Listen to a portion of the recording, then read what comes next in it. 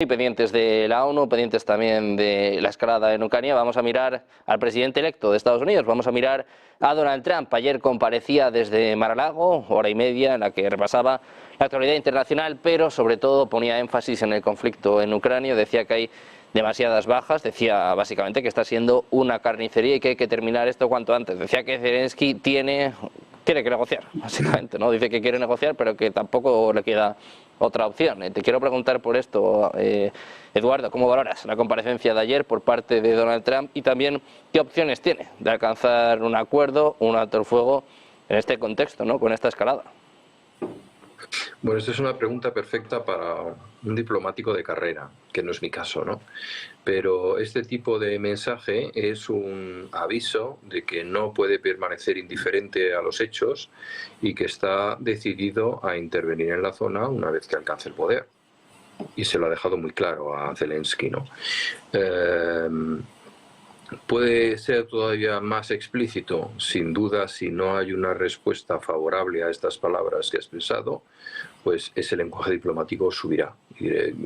Dada la situación, pues, y los intereses de Estados Unidos, vamos a tomar una iniciativa de motu propio para entendernos con Rusia a un nivel global. A un nivel global, un entorno, quiero empezar mi mandato en un mundo en paz y parte de ello es entenderme con aquellos que a lo mejor pues no son mis mejores amigos, ni mucho menos, pero que tengo que convivir con ellos, ¿no? Como decía Kennedy a Brezhnev, no podemos llegar a entendernos, pero estamos condenados a vivir en un mismo planeta, así que hablemos. Yo creo que ese paso se dará, porque me sorprendería que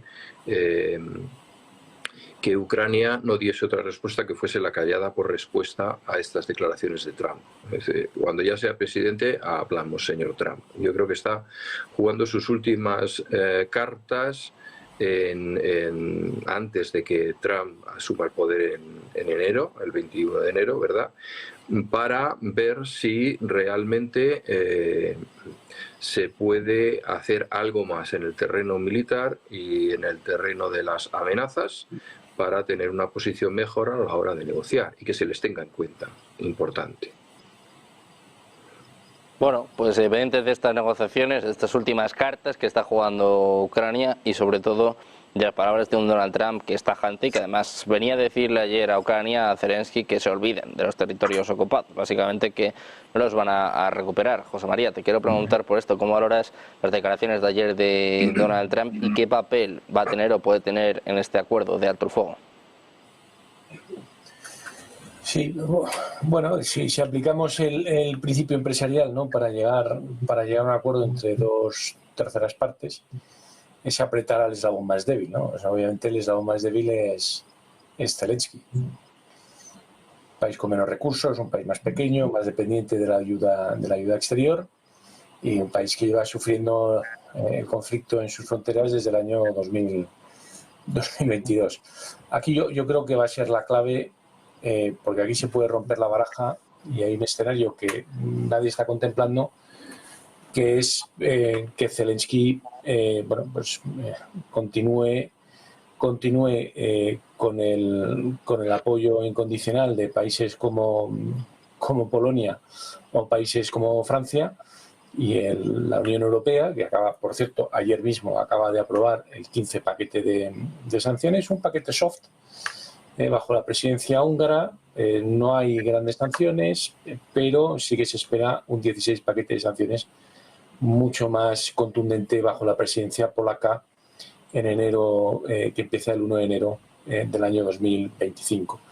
El Colegio Europeo de Comisarios es un colegio claramente antirruso, un colegio claramente pro-Ucrania, pro-Zelensky y un colegio que está dispuesto a seguir apoyando a Ucrania. ¿Hasta dónde va a poder seguir apoyando la Unión Europea a Ucrania? Pues hasta que se lo pueda permitir su bolsillo y hasta que se lo pueda permitir lo que son la política interna europea y la clase media europea, que está ya harta de los precios de la energía y que está harta de que le están haciendo un sándwich entre Estados Unidos y China, y que Estados Unidos pues va a poder, en principio, condicionar la posición europea por la dependencia que tiene la Unión Europea con respecto a temas tan importantes como el abastecimiento de energía y lo que es la defensa del continente europeo. Entonces, no obstante, a que haya una voluntad inequívoca por parte de las instituciones de la Unión Europea y por parte de los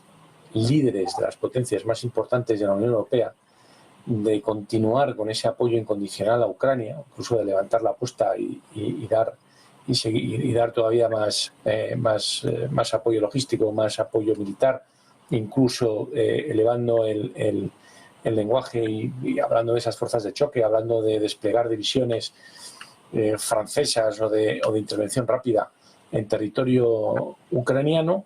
La verdad es que va a llegar un momento cuando Trump llegue a la Casa Blanca, empiece a apretar al eslabón más débil que es Ucrania y luego empiece a apretar al siguiente eslabón más débil, que es la Unión Europea, y ver realmente hasta dónde la Unión Europea está dispuesta a llegar en su apoyo a Ucrania. ¿Puede Ucrania seguir este conflicto con el apoyo de la Unión Europea? La respuesta es que le costará mucho más, pero que probablemente sí. ¿Está Europa preparada para hacer esto sin el apoyo incondicional y alineado con Estados Unidos? ¿Solamente Reino Unido y la Unión Europea? La respuesta ahora mismo es una incógnita. Pero yo creo que este es el gran reto de la Unión Europea a partir del 20 de enero. La Unión Europea ha seguido haciendo sus pinitos en la zona y hemos visto lo que está pasando en Georgia. También, pues bueno, la repetición de las elecciones en Rumanía. Moldavia también es un país complicado. Bueno, pues ahí también estamos viendo pues esos pulsos entre la Unión Europea y Rusia. Pero yo creo que a este conflicto no quedan algunos capítulos.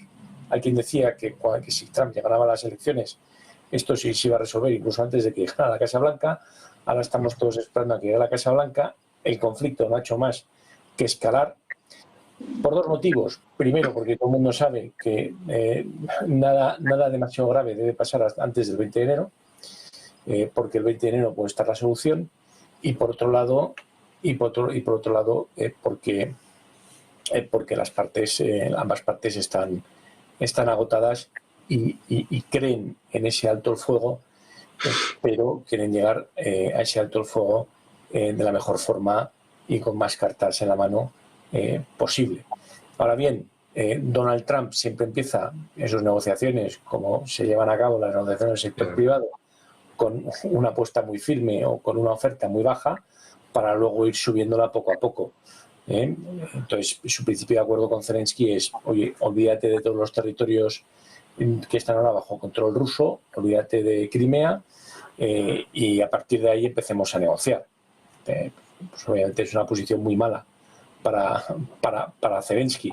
¿Cuál es la única baza que tiene Zelensky? Bueno, pues por esa regla de tres me quedo yo con el Kursk, a lo que Rusia se va a oponer. Entonces ya ahí empiezan a hablar. Pero si llegan a ese alto el fuego y Ucrania no tiene el Kursk, no tiene necesariamente el Kursk, realmente no va a tener ninguna carta que intercambiar con Rusia. Entonces, ahí yo creo que en ese posicionamiento está la base de esta escalada, sabiendo que nada excesivamente grave debe pasar antes del 20 de enero. Pues pendientes de esta escalada y del 20 de enero seguimos hablando, seguimos contando últimas horas. En este caso, la agencia Reuters acaba de informar de que la OTAN ha asumido la coordinación de la ayuda militar occidental a Ucrania de manos de Estados Unidos, tal y como estaba previsto. Es lo que apunta una fuente a la agencia Reuters este martes, en una medida considerada ampliamente como un objetivo de salvaguardar el mecanismo de apoyo contra Donald Trump. Dice que esta medida se produce tras un retraso de varios meses y otorga a la OTAN un papel más directo en la guerra contra Rusia, aunque no llega a comprometer sus propias fuerzas. Los diplomáticos reconocen que la entrega a la OTAN puede tener un efecto limitado, dado que Estados Unidos, bajo el liderazgo de Donald Trump, aún podría asestar un importante revés a Ucrania, recortando su apoyo, ya que es la potencia dominante de la alianza y proporcionará la mayoría de las armas a Kiev. Dice además el propio Trump en varias ocasiones, ha dicho que quiere terminar con esta guerra y ha criticado durante mucho tiempo la magnitud de la ayuda financiera y militar de Estados Unidos a Ucrania. La sede de la nueva misión de la OTAN en Ucrania está situada en Clay Barracks, una base estadounidense en la ciudad alemana de Wiesbaden. Una fuente dijo a la agencia Reuters que ya estaba en pleno funcionamiento y no se ha dado ninguna razón pública para estos retrasos. Es la última hora en estos momentos. La agencia Reuters habla de que la OTAN asume oficialmente la coordinación de la ayuda militar a Kiev de manos de Estados Unidos a la espera, protegiéndose ante la llegada de Donald Trump. Emiliano, te quiero preguntar por esto, la llegada de Donald Trump a la Casa Blanca, ¿cómo va a afectar al conflicto en Ucrania y sobre todo cómo va a afectar a Zelensky? Ayer básicamente le empujaba a negociar y además le decía que no contara con los territorios ya conquistados por Rusia.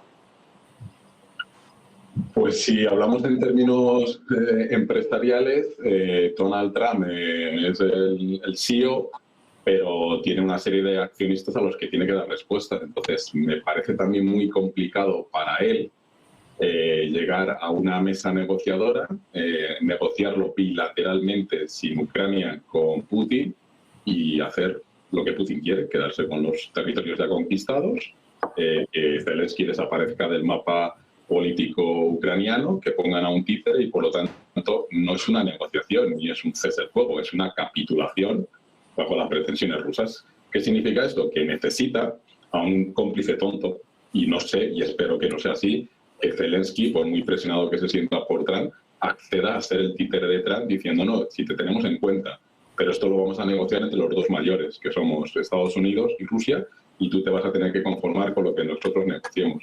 Entonces, espero que eso no sea así, incluso desde el punto de vista del electorado, de esos accionistas del señor Trump, sería decirles, señores accionistas, lo he solucionado, como dije en la campaña electoral, pero lo he solucionado porque le he dado todo a la otra parte.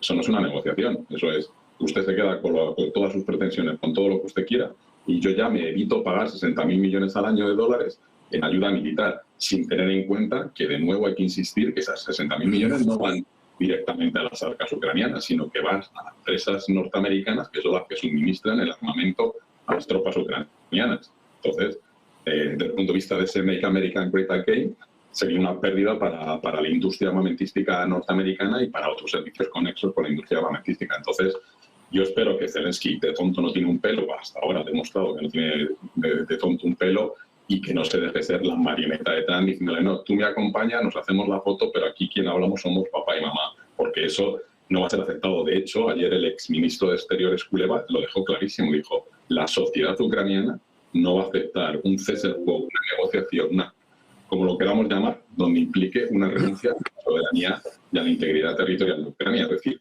que si no es con Estados Unidos, pues como han mencionado mis colegas, pues tendrá que ser la Unión Europea la que siga ahí apoyando, y como bien ha dicho también Eduardo y creo que también José María, pues resulta que la nueva alta representante, la señora Kallas, evidentemente es antirrusa porque lo sufrió en sus antepasados familiares con Letonia. Entonces, directamente creo que nos tenemos que ir acostumbrando a que si Trump a partir del día 21 dice reduzco la ayuda económica y militar a pesar del impacto económico que eso puede tener en la economía norteamericana y los dejo a Ucrania tirados, pues la única opción es que Europa, puesto que son los que podemos recibir la amenaza directa, tengamos que seguir apoyando al señor Zelensky en esta guerra desigual y en violación de todas las normas internacionales que uno pueda invocar, y tratar de mantenerles en una guerra de baja intensidad, de desgaste, desafortunadamente para la sociedad ucraniana y también